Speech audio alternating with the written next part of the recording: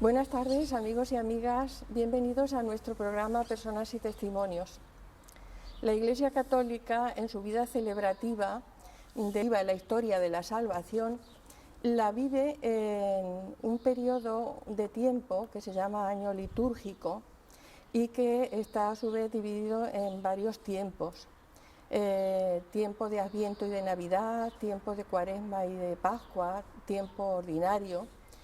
Hoy vamos a hablar del tiempo de Cuaresma por las fechas en las que estamos y lo vamos a hacer con dos amigos de la parroquia de Nuestra Señora de la Asunción, en cuyas dependencias nos encontramos ahora mismo. Y estos amigos son Enrique Román Sedano, cordobés de nacimiento, pero adoptado por Lora, que es catequista aquí en la parroquia de Nuestra Señora de la Asunción y también forma parte de la Junta de Gobierno de la Hermandad del Santo Entierro. Hola, Enrique. Hola, buenas tardes, Pepita. Y está también con nosotros Manuel Gutiérrez González, que es miembro de la Hermandad Sacramental, en concreto diputado de Formación y Caridad de la misma. Sí, Encantado, hola. Bienvenido. Bueno, pues nada, como les digo, por las fechas en las que estamos, pues hemos pensado que sería bueno refrescar nuestra memoria y nuestro sentimiento cristiano sobre el significado de la Cuaresma. Y nos van a ayudar estos amigos a hacerlo.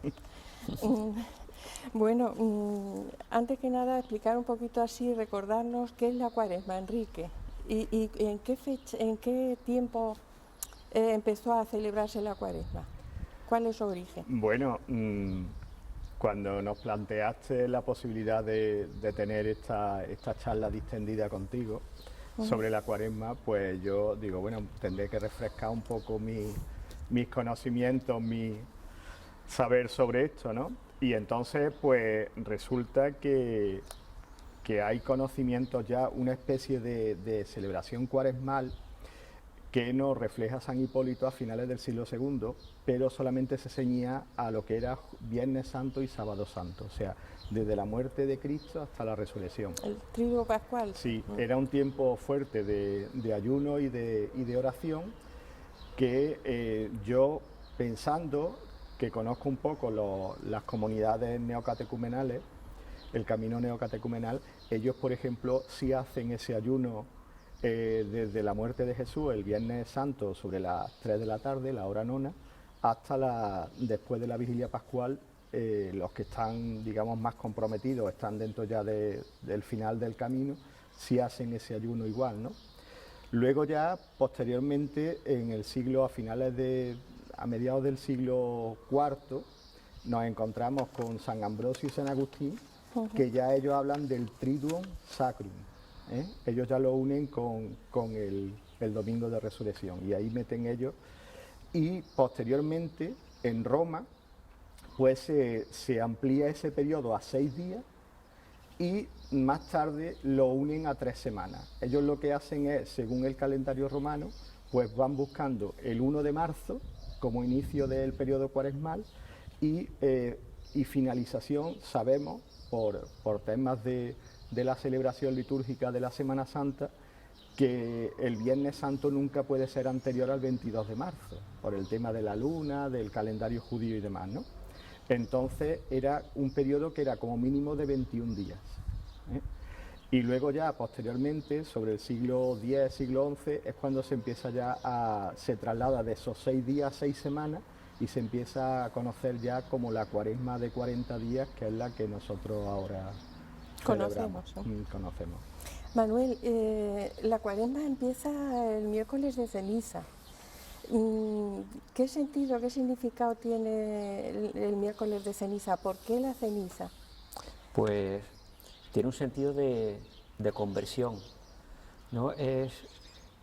No debemos olvidar lo que ha dicho Enrique, que la Cuaresma es un camino de 40 días, por eso se llama Cuaresma, viene de cuadragésima, no de 40, y el culmen es el Triduo Pascual, que es muerte y resurrección. Entonces la ceniza, pues como se decía antiguamente, polvo eres y al polvo verás, es un símbolo de muerte, porque después vendrá la resurrección, y también es un símbolo de conversión. Vemos en el Antiguo Testamento en muchas ocasiones que cuando hay un periodo de penitencia, de arrepentimiento, de cambio, incluso de luto, pues los judíos, pues dice, se rasgaron las vestiduras y se echaban ceniza por la cabeza, ¿no? Esto lo vemos en el libro de Job, lo vemos en el Éxodo, en el libro de Deuteronomio, en todo, a lo largo del Antiguo Testamento, la ceniza es un símbolo de esto, de arrepentimiento, de cambio, y también se refiere al polvo. Esto viene del Génesis, de cuando Adán y Eva caen en el pecado, y Dios le dice, pues ahora tendréis que trabajar la tierra con vuestro sudor, y a la serpiente le dice, y tú comerás polvo toda tu vida. Entonces el polvo, las cenizas están siempre relacionados con este sentido de penitencia, de luto incluso y de cambio. Bueno, se ha hecho hincapié desde siempre en elementos esenciales en la vivencia de la Cuaresma, como son la oración, la caridad y lo que es el ayuno y la abstinencia. ¿Tú crees que el ayuno que tiene sentido en este tiempo? ¿A qué tipo de ayuno se refiere la Iglesia cuando nos invita a ayunar y a abstenernos en este tiempo? Pues lo primero que nos invita a la Iglesia es a unirnos a Cristo, porque Él, justo antes de empezar su misión, se va 40 días al desierto. Por eso también nosotros, la Cuaresma son 40 días, y nos dicen los Evangelios que durante estos 40 días está de ayuno riguroso, o sea, se abstiene de comer. ¿Esto qué significa? Esto significa, lo primero, un combate contra ti mismo. Significa que el espíritu está por encima de la carne, o sea, que es un combate espiritual. Y, o sea, es como que tú tienes que ser señor de ti mismo, por así decirlo. Eso por un lado, de dominio de ti mismo. Y por otro lado, el abstenerte de algo que en principio es necesario, pero que tú sabes que es secundario si lo comparas con cosas más importantes, ¿no? Como diciendo, la comida es importante, es vital, pero hay cosas más importantes, porque no solo de pan vive el hombre, sino de toda palabra que sale de la boca de Dios. Entonces, para quitarle peso a este pan que nos alimenta el cuerpo y decir, la palabra de Dios es aún más importante. Por eso estoy dispuesto a abstenerme de comer, para poner a Dios lo primero. Y después, por otro lado, el ayuno no hay que olvidar que no es solamente ayunar de alimentos. Sin dejar de ayunar de alimentos, también hay que ayunar, abstenerte de cosas que te esclavicen, de cosas que te aten y que llegan a convertirse casi en tu alimento, ¿no? No sé, hoy, por ejemplo, hoy en día, por ejemplo, casi sería más difícil, a mí personalmente, me resultaría más difícil, por ejemplo, hacer ayuno de móvil y de internet que hacer ayuno de alimentos puntualmente. Una cosa no quita la otra, ¿no? Es importante no olvidar que el ayuno es abstenerse de alimentos, pero también de otras cosas que te pueden esclavizar. Sí. Yo había pensado algunas veces que también el ayuno relacionarlo pues con privarte de todo aquello que es superficial, incluso de tiempo y de dedicaciones, en favor también de quien lo necesita. Yo lo he enfocado así alguna vez también, aparte de la explicación que tú acabas de ver. ¿Tú cómo lo ves, Enrique? Yo quería un poco acompañar las palabras de Manuel, porque es verdad, la Cuaresma es un tiempo de desierto, pero no es un tiempo de desierto que nosotros nos retiramos al desierto, es el Espíritu el que nos lleva al desierto. Eso se ve perfectamente en la Biblia, como es el Espíritu el que lleva a Jesús al desierto, como es el Espíritu el que guía al pueblo de Israel cuando cruzan durante 40 años el desierto en busca de la tierra prometida, ¿no?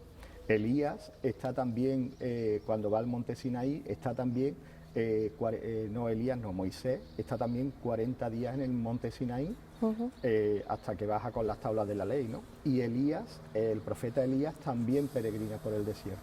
Entonces nosotros hacemos esa misma peregrinación. ¿Esa peregrinación a qué nos lleva? Pues nos lleva a sentirnos necesitados de Dios. La liturgia, una de las cosas que tiene, es muy rica en simbolismo, ¿eh? Sí. Y es importante que los cristianos descubramos ese simbolismo, ¿eh? ¿A qué nos lleva? Nos lleva a lo trascendente, al misterio, al misterio de reconocer ese Dios que se hace un Dios necesitado de amor para que nosotros nos acerquemos a Él, ese amor inmenso que nos tiene, ¿no? Durante esa Cuaresma nosotros nos preparamos, ¿cómo?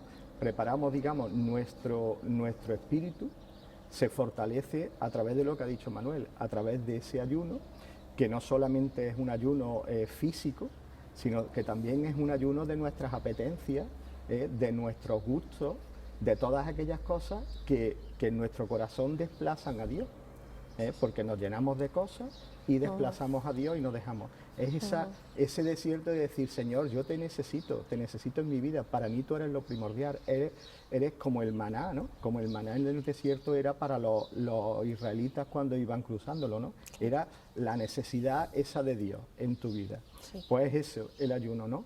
Luego eso, acompañado con una vida de oración profunda, que es reconocer a Dios en tu vida, esa necesidad de contacto íntimo con Él, y eso, las dos cosas, nos llevan impepinablemente a la tercera, que es lo que se dice la limosna, que es el compartir con los demás, que también lo has apuntado la tú. Caridad, sí. O sea, un cristiano que vive una vida de oración, que vive una vida de sacramento, si eso no le lleva al compartir, a la caridad, es mentira.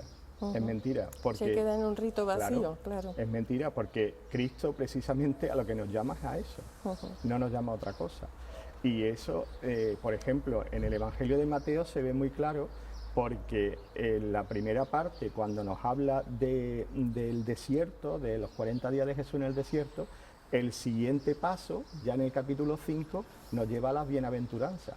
Y en las bienaventuranzas ya nos habla de eso, de compartir, de abrirse a los demás, de vivir la misma experiencia terrenal, humana, que viven los demás, y hacernos unos con ellos, sentirnos hermanos. Sí, sí. Y ese es un poco la conversión, que también lo apuntaba antes Manuel, es a eso, a convertirnos. Normalmente nosotros estamos convertidos, sabemos, pero claro, nos falta esas pequeñas conversiones que son ir dejando a un lado todas aquellas, digamos, materialidades o aquellas cosas que todavía nos siguen atando. Y eso es un proceso de por vida. Claro, claro, sí. Pero es que eso, estamos llamados a la santidad y a que nunca la veamos nosotros, que sean a lo mejor los demás las que la vean en nosotros. Eso es un proceso que dura toda la vida, claro. Manuel, hablando de conversión, también caigo en la cuenta de la importancia del sacramento de la reconciliación, aunque siempre la gente lo conoce por el sacramento de la confesión, por el sacramento de la penitencia, de la reconciliación. A mí me gusta más lo de reconciliación. Es un tiempo propicio, la Cuaresma, para acercarse a este sacramento, para vivir este sacramento. ¿Cómo contemplas tú este sacramento? Pues para mí es imprescindible. Pero la gente le tiene como un poco de miedo, de recelo, de sí, algo, es que, en vez de liberador, algo que da miedo, que te echa un poquito para atrás. Sí, yo escuché una vez a un obispo, no recuerdo su nombre, que decía: el tribunal de la confesión es el único en el que tú te declaras culpable y siempre sales inocente. Entonces, claro, esto si lo ves así es un chollo. Porque sabes que Dios, si tú vas con un corazón sincero, mostrándote tal como tú eres, Dios te va a perdonar siempre. Y además está deseando perdonarte. Te perdona de una manera humilde y pobre, y es a través de uno de sus ministros. Que además hay mucha gente que tiene la excusa de decir: no, yo me confieso con Dios. Ya, pero es que no es eso lo que dijo Jesucristo. Es que Jesucristo en el capítulo 20 del Evangelio de San Juan, cuando sopla el Espíritu Santo sobre los discípulos, les dice: recibid el Espíritu Santo. A quienes les perdonéis los pecados, les quedan perdonados. Y a quienes se los retengáis, les quedan retenidos. O sea que Jesucristo no quiere que tú te confieses con Él de una manera así un poco abstracta, no. Él quiere que tú lo digas delante de un hermano, que tú te muestres delante de un hermano y digas: mira, esto es lo que soy. Pero esto tiene dos partes. La primera es que te obliga a humillarte, porque nosotros tendemos a la vanagloria, ¿no? Al querer aparentar lo que no somos. Y es bueno mostrarte como eres, con tus miserias, con tus debilidades. Y después lo que es más importante es que Dios no quiere perdonarte de una manera abstracta, sino que quiere que tú lo escuches, que tú escuches tus pecados, te son perdonados, vete en paz. ¡Qué privilegio! Sí. Las campanas de la torre. Las tenemos aquí, dándonos las buenas tardes. Sí. Eso es señal también de que estamos en un recinto sagrado. Sí. Estamos aquí en la parroquia. Y nada, es cierto eso que tú dices, el mostrarnos, el humillarnos de alguna manera también nos hace sentirnos más humanos y recuperar lo que hemos perdido de humanidad con nuestras actuaciones negativas y nuestros pecados. Y yo también tengo una experiencia liberadora del sacramento de la penitencia o de la reconciliación. Sí, es que sales nuevo, ¿eh? Es que lo que hace también es reconciliarte con Dios y de alguna manera pues también reconciliarte con los demás. Es que eso es un aspecto fundamental en el sacramento. Sí. Yo en mi adolescencia eso era muy reacio, ¿no?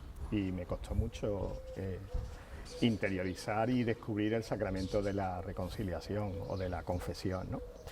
Y lo descubrí, ya lo comenté en la anterior charla que tuvimos, a través de un sacerdote, ¿no? Pero es que el sacerdote también representa la comunidad, porque nosotros al final somos cuerpo de Cristo, todos formamos parte del cuerpo de Cristo. Y nuestro pecado es también el pecado de la comunidad, es el pecado de la Iglesia. La Iglesia es santa y pecadora. ¿Pecadora por qué? Porque nosotros somos pecadores, y santa porque es Cristo la cabeza, ¿no? Claro que sí. Entonces, esa actitud de sentirse siempre, yo lo vivo a nivel, digamos, práctico. Yo no quiero, digamos, faltarle al respeto o hacerle daño a las personas que más quiero, que son mi mujer, mis hijos, mi familia, la gente más cercana, ¿no? Entonces yo tengo la necesidad, cuando fallo, de pedirles perdón. Bueno, pues yo sé que mi vida, mi actitud, pues está ofendiendo muchas veces a la persona que yo más quiero, al ser que yo más quiero, que es a Dios, ¿no? Claro. Entonces tengo esa necesidad de pedir perdón y sentirme perdonado. ¿Eh? Y eso me obliga a ser humilde, a esa humillación que habéis apuntado, de decir: oye, tengo que reconocer que me he equivocado, que he fallado y pido perdón. ¿A quién pido perdón? Pues evidentemente estoy pidiendo perdón a Dios, pero también estoy pidiendo perdón a mi comunidad. Y mi comunidad está representada en ese sacerdote. Sí es verdad que a lo largo del tiempo, muchas veces yo pienso que el papel del sacerdote tiene que ser de acompañar en ese proceso. Yo hubo una época en mi vida que tenía director espiritual. Entonces era como un amigo espiritual que a mí me iba acompañando, y entonces a mí no me costaba trabajo confesarme con él, porque él me conocía, sabía ya mis debilidades y eso. Ahora, pues claro, me confieso, en determinadas épocas me he confesado con determinados sacerdotes que han estado aquí en Lora, con otros de fuera y demás, ¿no? Intento encontrar eso, un punto de sintonía con algún sacerdote que yo me sienta, digamos, como más acompañado, ¿no? Y otras veces que te has encontrado con sacerdotes que a lo mejor han sido como fiscales, ¿no? Las mentalidades. Y entonces, claro, cuando no es una persona de iglesia, una persona que lleve a una vida espiritual y tal, te acerca a un sacerdote que lo que hace es eso, en plan de fiscal, más que de acompañante, de acompañar en ese proceso, en esa que es una liberación, pues claro, hay gente que le cuesta trabajo, Es muy triste que vivimos en unas circunstancias en las cuales tú entras en las iglesias y ves muy poquita gente confesándose. Muchas veces no ves ni al sacerdote en el confesionario, ¿no? Y yo eso también, la verdad que me duele, porque yo muchas veces pienso, si a ti no te ven en el confesionario o lo que sea, es difícil que alguien se acerque a confesar. Tienes doble trabajo, ir a buscarlo, pedirle que te confiese y después confesar. Claro. Entonces... De todas maneras, es muy cierto lo que estáis diciendo los dos. Yo creo que el sacramento de la reconciliación es un sacramento que ayuda muchísimo a crecer espiritualmente. Sí. Sí, es importantísimo porque además va muy relacionado con la Eucaristía. O sea, vemos que hay una descompensación muy grande entre la gente que acude a la comunión y la gente que se confiesa. Y no debemos olvidar que para comulgar el cuerpo de Cristo hay que estar en gracia. Y además, si no estás en gracia, casi que no te hace bien comulgar. Esto lo dice, no lo digo yo, lo dice San Pablo en la primera carta a los Corintios, en el capítulo 13. Dice, por eso hay tantos enfermos y tantos débiles en vuestras comunidades, porque coméis el cuerpo de Cristo sin discernirlo, o sea, sin saber lo que estáis haciendo. Y es verdad lo que dice Enrique, que yo casi siempre que voy a confesarme tengo que ir en busca y captura del sacerdote. La última vez que me confesé este sábado y fui a la sacristía, ¿no? Porque es que es difícil. Después de misa le dije, ¿me podía confesar? Y normalmente siempre te confiesan, y además con muchísimo agrado, pero yo preferiría lo que dice Enrique, que estén en el confesionario, porque hay muchas personas que si no se atreven, incluso yo, cuando muchas veces no sabes si confesarme o no, ves el sacerdote en el confesionario y eso te interpela. Y te invita. Sí. Y dice, me hace falta confesarme y aquí está este hombre. Yo creo que es importante comunicar a todo el mundo que la experiencia liberadora del sacramento y la necesidad de él para crecer espiritualmente, para ser mejores, para ir poquito a poco en ese camino que tú dices de santidad, que es tan difícil porque a cada paso que damos tropezamos, y por lo menos esa es la experiencia mía. Sí. Pero bueno, es un sacramento muy liberador y muy que tendríamos que valorar más y frecuentar más. Y a mí me cuesta muchísimo, ¿eh? Bueno, a ti y a todo el mundo, claro. Pero siempre salgo liberado. Poner delante de otro tus debilidades y tus flaquezas te cuesta, pero bueno, desde la óptica que decía Enrique, saber que tú le estás pidiendo perdón a Dios, que le estás pidiendo perdón a quienes has ofendido, pues eso te da... También yo pienso que es necesario que desde... Y hablo más de la realidad más cercana, ¿no?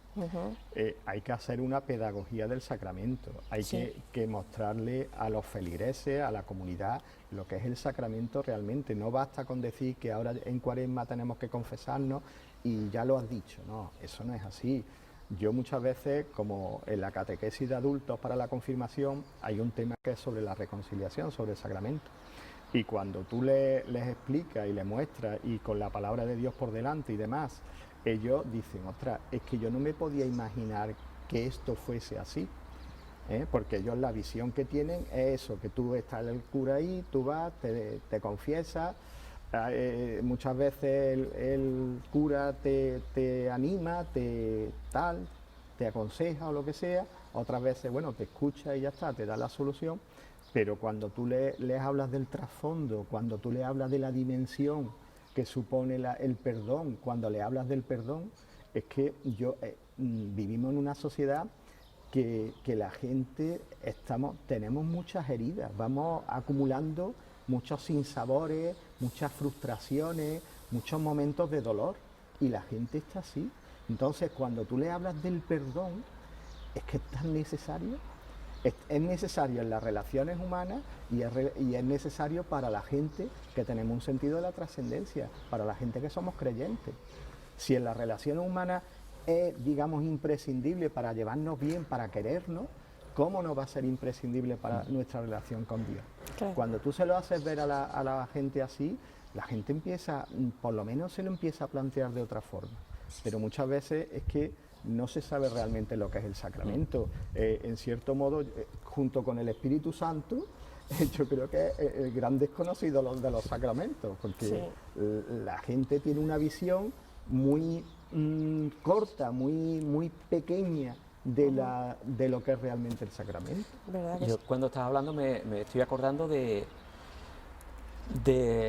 la escena esta en la que va el hombre de la mano tullida, perdón, va el paralítico, llevan un paralítico en una camilla, Y lo bajan por el tejado, por el tejado. pues abren sí, el tejado que sería seguramente de ramas, y le ponen al paralítico delante de Jesús, aquello abarrotado, que lo bajan por el tejado porque no podían estar por la puerta de la gente que había, y va y le dice el Señor: hijo, tus pecados te son perdonados. Tus pecados te son perdonados. Y dice, pero bueno, Si lo traemos aquí para que lo cures de la parálisis, ¿no? Y ella dice, bueno, y ahora para Sí. que veáis que, y claro, los fariseos que están ahí se escandalizan, dicen, ¿quién es este para perdonar pecados? Si solamente Dios puede perdonar pecados. Y le dice, pues para que veáis que tengo poder para perdonar pecados, ahora coge tu camilla, levántate y anda. Y es por lo que tú decías, Enrique, de que el sacramento de la reconciliación es ante todo un sacramento de sanación espiritual. Porque lo que tú decías, llevamos muchas heridas espirituales, muchas heridas que incluso algunas que ni sabemos que las tenemos, muchos traumas, muchos complejos. Y el Señor en el sacramento de la reconciliación sana. Y además sana, y es que te limpia, como dice en el primer capítulo de Isaías, dice, aunque tus pecados sean rojos como púrpura, después tu alma estará más blanca que la nieve. O sea, Sí. no es que te cubra los pecados, sino que te los sana. Es un volver a empezar. Es un volver a empezar. Incluso hay una experiencia es de un santo de los primeros siglos, de uno de los padres de la Iglesia, que dicen que una vez tuvo una visión del Señor, ¿no? Como que se le presentó el Señor, y entonces él, pecados que ya había confesado, pues seguía Dándole vueltas. Y el Señor en un momento le dijo, cuando él se quejaba delante del Señor, le dijo el Señor, no sé de qué me estás hablando. Eso ya está perdonado y Eso ya olvidado. está olvidado. Ese es un problema que solemos tener muchas veces las personas, ¿eh? De darle demasiadas vueltas a cosas que... es que también comparamos el perdón de Dios con el nuestro, que es tan chiquitito. Exacto. Y tú me haces a mí una cosa mala y yo digo te perdono, pero luego estamos ahí dándole vueltas al tema, ¿no? Y el perdón de Dios no es así, el perdón de Dios es un olvido total, es un volver a empezar Claro, es que desde cero. la palabra de Dios no es como la nuestra, nosotros hablamos y ya está, pero es que la palabra de Dios es poderosa. O sea, cuando Dios dice hágase, no solamente dice hágase, sino que en ese momento eso se cumple. Igual que cuando le dice a Lázaro, Lázaro, sal, Lázaro, que llevaba 4 días muerto, sale. Y entonces cuando dice tus pecados te son perdonados, no es como si te lo dijera yo, es que si te lo dice Dios a través del sacerdote, es que tus pecados te son perdonados en ese mismo momento. Que la palabra de Dios tiene poder en sí misma. Es que la actitud del perdón de Dios no la dibuja muy perfectamente Jesús con la parábola del hijo pródigo, del Padre misericordioso. O sea, el Padre, lo que has comentado tú, el Padre en ningún momento le reprocha nada, ni le dice hay que ver cómo te has portado y lo que me has hecho, no, simplemente le abre los brazos, está deseando que vaya a pedir perdón, que vaya a reconciliarse con él, le abre los brazos, lo viste de gala y le hace una fiesta. Y en ningún momento piensa hay que ver a mi hijo. Ningún reproche tampoco. Claro, y esa no es nuestra actitud. Como nosotros no somos así, pues pensamos muchas veces que Dios no es así. No, Dios es así. Dios es el amor hasta el extremo. El amor totalmente altruista, generoso, entregado. y nos perdona siempre. Pero claro, tiene que haber un paso de querer ser perdonado, que es ese acercamiento al sacramento que no hacemos. ¿Eh? Y muchas veces dice, no, yo me confieso con Dios. Pues eso igual que si yo ofendo o le hago daño a mi mujer y yo digo, bueno, pues yo le pido perdón a Dios, pero a mi mujer no se la pido. No, mira, perdona, pues en esto es igual. Tú das el paso, igual que hace el hijo, ¿no? El hijo está en donde está y coge y se pone en camino a la casa de su padre. Ese es el paso, ese es el pedir ese perdón. Esa humillación que tiene ese hijo, esa humildad de decir, Señor, Padre, me he equivocado, he atentado contra el cielo y contra ti, ese es el sacramento, ¿eh? Ese pedir perdón, y Dios te abre las manos y te dice, aquí estoy. Fantástico, la verdad es que es tan bueno y tan extraordinario que te desborda ese misterio, ¿no?, del amor de Dios y del perdón de Dios. Así es. Bueno, quería también que comentáramos el Papa Francisco, con motivo de la Cuaresma, ahora en el mes de febrero, ha hecho público un mensaje, el mensaje de Cuaresma que hace anualmente, sobre el tema. Dice, mirad, estamos subiendo a Jerusalén, haciendo suyas las palabras de Mateo. Y nos dice también, Cuaresma, un tiempo para renovar la fe, la esperanza y la caridad. ¿Habéis leído vosotros este? Sí. Que, no sé, habla de renovar la fe, la esperanza y la caridad. ¿Podrías comentar tú, por ejemplo, el tema de la fe, a lo que se refiere esto, a lo que se refiere el Papa en este mensaje? Sí, la fe a lo que se refiere, la fe básicamente es confiar, es tener confianza en alguien. No como decimos muchas veces, yo creo en algo, no, yo creo en algo, no, yo creo en alguien. Yo creo en Dios, que es una persona. Y la fe significa que me fío de Él. Me fío de Él. Y pese a todo, el Papa se refiere a los malos momentos que estamos pasando, ¿no?, con la pandemia. Y dice el Papa, pese a todo, fe y esperanza. La esperanza está muy relacionada con la fe, ¿no?, que tú confías en alguien, eso es la fe, y por lo tanto esperas algo de alguien. Es para caminar en el camino de la vida. La Cuaresma, al fin y al cabo, es un símbolo del camino de la vida, ¿no? Tú tienes que tener una meta, tienes que tener una esperanza de que vas a llegar a algún sitio. Y luego la caridad. Es que son las tres virtudes teologales, ¿no? Son tres dones de Dios que hay que pedir. Ni la fe, ni la esperanza, ni el amor por los hermanos pueden salir de nosotros. Eso, si lo tenemos, es puro don de Dios. Y lo tenemos que pedir, como pedían los discípulos, Señor, aumentanos la fe. También le tenemos que decir al Señor, Señor, aumentanos la esperanza. Y sobre todo, aumentanos el amor. Porque Dios es amor. Y además nosotros hemos nacido para amar y para ser amados. No hemos nacido para otra cosa. Y el que busque, cuando buscamos la felicidad en otras cosas, nos estamos equivocando. Y al final nos frustramos. Porque lo importante, y para lo que estamos diseñados, para lo que hemos sido creados, es para amar y para ser amados. Y Dios es amor. Y el amor a Dios se muestra en el amor a los hermanos. Entonces es lo que decía antes Enrique, es que si tú tienes fe, si tienes esperanza, si tú vives la Cuaresma con oración, o sea, con relación personal con tu Padre Dios, con ayuno, o sea, con intentar luchar por ser mejor y por liberarte de lo que te esclaviza, y con limosna, o sea, con preocuparte por tus hermanos, al final estás viviendo la fe, la esperanza y el amor. Y la clave de todo es el amor. O sea, ni el ayuno, ni la oración, ni el sacramento de la confesión, ni el sacramento de la Eucaristía, que te sirve para fortalecerte y para seguir caminando, todo eso es para vivir en el amor. Me estoy acordando de una cosa, que es a raíz de esto que tú estás diciendo, de que el amor es lo que es esencial y además es lo que da la felicidad, no la busquemos en otro sitio. Me estoy acordando de una cosa que pertenece a mi intimidad personal, pero que bueno, como no nos escucha nadie, y aunque nos escuche, porque es una cosa muy bonita, la voy a compartir con vosotros, me estoy acordando. Resulta que yo estaba en un encuentro de oración con un grupo de amigos y la persona que llevaba el grupo de oración nos propuso un ejercicio que consistía en una cosa imaginaria teníamos que imaginar que subíamos a un monte y allí nos encontrábamos con un sabio y al sabio le preguntábamos quién soy yo y para qué estoy yo aquí en este mundo.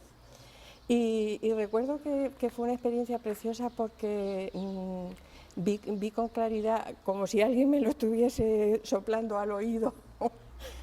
Tú has nacido para el amor, tú eres para el amor, has nacido en el amor y eres para el amor. Oye, y me invadió una felicidad de descubrir aquello, decir, es que ahí es donde está el quid de la cuestión. Y a lo largo de la vida, yo cuando me siento más feliz es cuando amo, cuando quiero a las personas, cuando me entrego, cuando... es verdad, está ahí el quid de la cuestión, no es una mera teoría, es algo vivo, algo vivencial y vivo dentro de nosotros. Y eso es una cosa que hay que compartirla, aunque pertenezca a la intimidad personal. Claro que sí. Porque de alguna manera también das testimonio de que, bueno, de que eso está ahí, que Dios te ilumina, te ayuda a descubrir ese tipo de cosas y eres feliz en la medida que amas. Y hay muchas ocasiones para amar. Lo que pasa es que cuesta mucho, porque amar significa también renunciar a muchas cosas y sacrificarte y eso cuesta. Es duro algunas veces, pero da la felicidad. Sí. ¿Tú qué dices, Enrique? Bueno, quería también compartir que en las primeras líneas de este escrito, de este saludo que hace el Papa sobre el tiempo de Cuaresma, empieza hablando de que es un tiempo penitencial y bautismal, porque es también un tiempo de preparación precisamente para renovar las promesas de nuestro bautismo, que las hacemos en la vigilia pascual. Entonces también es un proceso. La liturgia recoge, por ejemplo, la primera parte del tiempo cuaresmal, hablamos del desierto, hablamos de lo que hemos estado antes compartiendo, y la segunda parte se centra mucho en este periodo bautismal. De hecho, el Evangelio que se coge, que es el de Juan, hace mucho hincapié en el terreno bautismal, ¿no? Sí. Con respecto a lo que estabais comentando, yo estoy totalmente con vosotros, ¿no? Y además, el tema de la esperanza es que yo pienso que vivimos un tiempo en el cual los cristianos estamos obligados, y la Iglesia, los cristianos como parte de la Iglesia, a ser motivo de esperanza en nuestra sociedad. Vivimos un tiempos extraños, ¿no? Tiempos convulsos, con esta situación tan difícil de la pandemia, sí. Con la crisis sanitaria, la crisis económica, y es necesario vivir tiempos de esperanza, ¿no? Te pones a ver los informativos, el telediario, pues yo qué sé, todas las manifestaciones estas violentas, la gente que el ambiente convulso, sí, como tú dices. Un ambiente de violencia, sí. Y entonces estamos obligados a poner esperanza. Y a mí me gusta mucho en el mensaje porque el Papa habla de esperanza y pone, digamos, porque muchas veces hablamos de cosas de estas, pero nos quedamos como en una definición o en un ideal. Sí. Y él, sin embargo, pone cositas concretas en las cuales nosotros podemos manifestarnos como personas de esperanza. Lo saca de la encíclica esta Fratelli Tutti, que yo recomendaría a todas las personas que nos ven que la leyesen y la meditasen, porque tiene mucho que meditar, pero nos pone eso, cositas reales, cosas palpables que podemos hacer y en las cuales estamos siendo eso, personas espirituales, personas que nos mueve el Espíritu Santo, personas que ponemos esperanza en nuestro entorno, en nuestro trabajo, con nuestra familia, con nuestros vecinos, con nuestros amigos, porque eso es necesario. Muchas veces vamos muy enfurruñados por la vida, vamos muy ensimismados en nuestros problemas, en nuestras realidades, y no somos conscientes de lo necesario que es una sonrisa, una palabra amable, un saludo. Eso facilita las relaciones humanas y sociales. Y además crea paz donde va. Claro. Porque muchas veces a la gente la desarma. la gente va muy ofuscada y tal, y que haya una persona que le dé los buenos días con amabilidad, que lo trate cordialmente. Muchas veces, yo por ejemplo, que el día a día es delante de mis alumnos y tal, bueno, pues eso muchas veces ellos vienen porque están agobiados por los exámenes, por no sé qué. Cuando tú les das unas palabras de tranquilidad y tal, pues tú los notas como ellos se relajan y se centran un poquito, ¿no? Y yo pienso que en eso el Papa es una persona, yo pienso que es un gran regalo del Espíritu, que además en este tiempo nos viene muy bien, que es eso, una persona que es capaz de marcarnos unos ejercicios, digamos, en los cuales podemos practicar perfectamente esa esperanza, el perdón, esas relaciones que manifiestan la presencia de Dios en nuestras vidas, ¿no? Otra de las cosas a las que se refiere este mensaje es también el ejercicio de la caridad.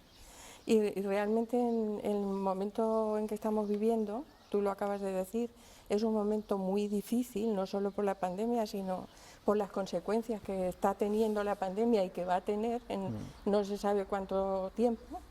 Es un momento en el que realmente la gente que somos cristianos estamos obligados al ejercicio de la caridad, pero con letras mayúsculas. ¿Tú cómo lo ves? Caridad no en el sentido de dar lo que te sobra, sino de estar pendiente del hermano. Porque tenemos que, digamos, salir un poco de nuestra comodidad.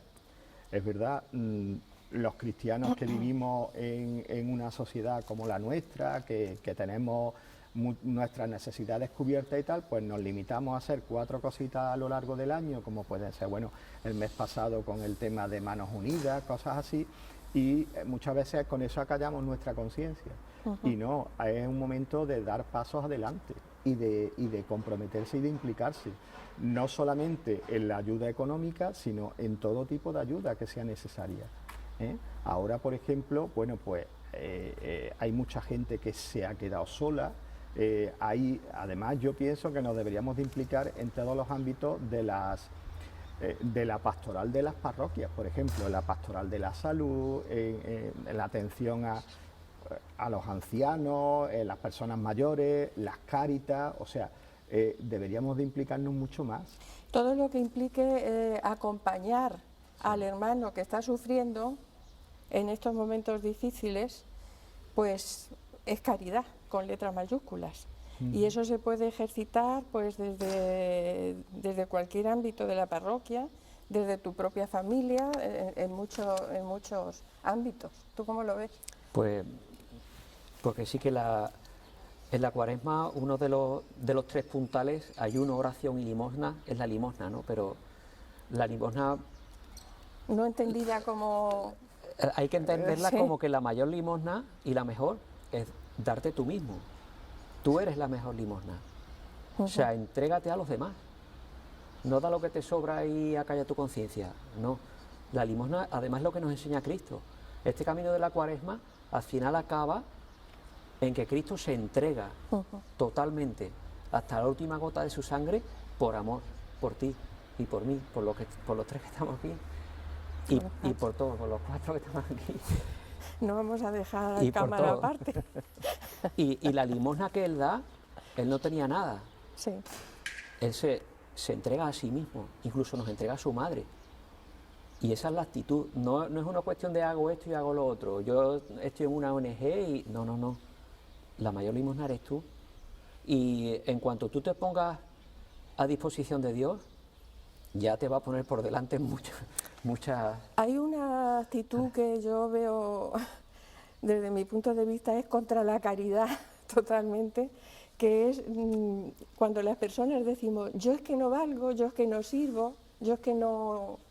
¿Cómo me voy a poner a hacer tal cosa si yo no valgo? Si, cuando la persona no es capaz de reconocer en sí los dones que Dios le ha dado y ponerlos en movimiento, eso es totalmente contra la caridad, porque yo creo que Dios no es tan mal padre que no le dé dones nada más que a 3 o 4, nos da dones a todos. Hay una frase que la decimos todos, y yo primero, que por ejemplo la frase de yo tengo vocación. yo pienso que no es yo tengo vocación, la vocación me la plantea Dios por delante, no es que yo tengo, sino que cuando tú te abres y pones todo lo que tienes y dices, Señor, aquí estoy para hacer tu voluntad, y eso yo lo repito mucho porque es que a mucha gente se la digo todos los días en el Padre Nuestro, digo, tú rezas al Padre Nuestro, sí, tú que dices en el Padre Nuestro, hágase tu voluntad, digo, pues hacer tu voluntad no significa, Señor, haz tú lo que tú quieras, que yo ya me apaño aquí como sea, no, es que hágase tu voluntad a través mía, a través de mí, o sea, yo me pongo delante tuya para que tu voluntad se haga a través mía. Cuando eso es que tú pones todo lo que Dios te ha dado al servicio de los demás. Y entonces tú no puedes decir, yo no sirvo para esto, no. Yo llegaré hasta donde pueda llegar, hasta donde Dios me dé la fuerza, hasta donde Dios me dé el conocimiento de llegar. Todos servimos para todo, es verdad, hay gente que a lo mejor no tiene el don de palabra, pero sí puede hacer muchas cosas. El servicio tiene otros dones que son complementarios. El servicio, las posibilidades que te da el servicio son innumerables y todos podemos aportar muchas cosas. Lo que pasa es que muchas veces es nuestro propio egoísmo, en el fondo. La comodidad.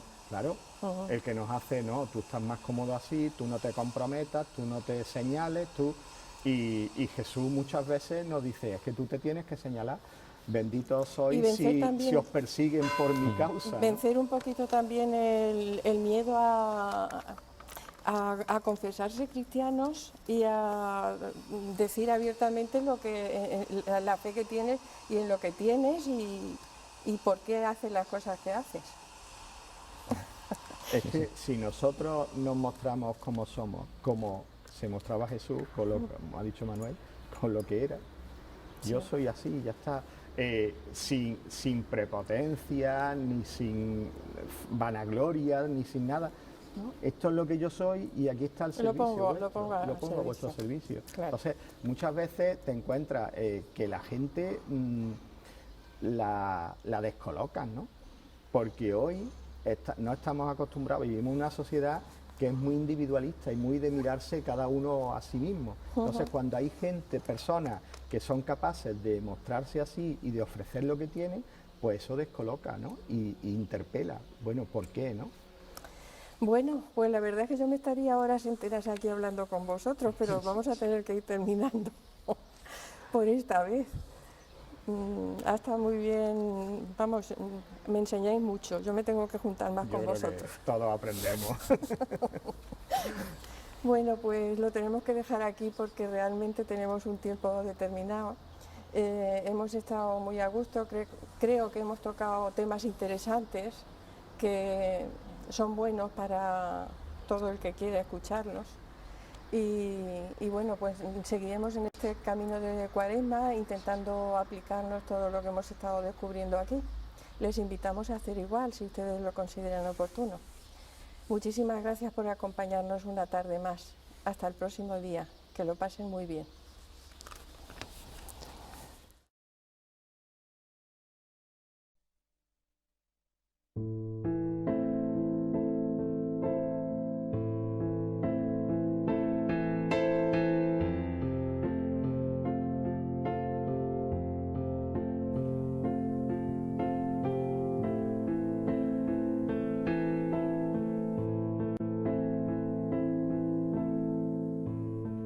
Si pudiera borrar las cosas que enferman tanto mi alma,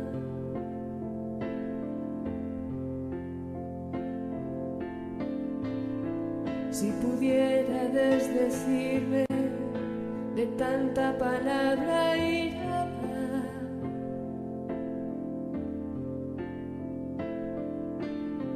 si pudiera deshacer tanto daño como he hecho, si pudiera comprender que un abrazo es un comienzo,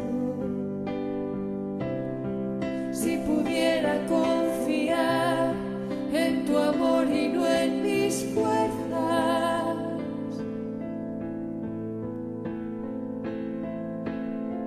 si pudiera caminar hacia ti y abrir mi puerta,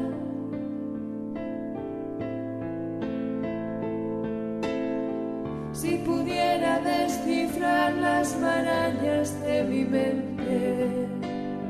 Si pudiera no sentirme tan enferma, tan doliente. Mírame, pues tu mirada me ilumina el corazón. Tócame con tu caricia que bendice mi oración. Estréchame con tu abrazo, álzame, tenme en tus brazos, acompáñame por siempre y no temeré el cansancio. Guíame, dame tu mano para no perder la senda. Muéstrame con tu presencia la belleza de esta tierra. Cúrame con tu amor, límpiame, sana mi vida. Cantaré tu desmesura cada uno de mis días.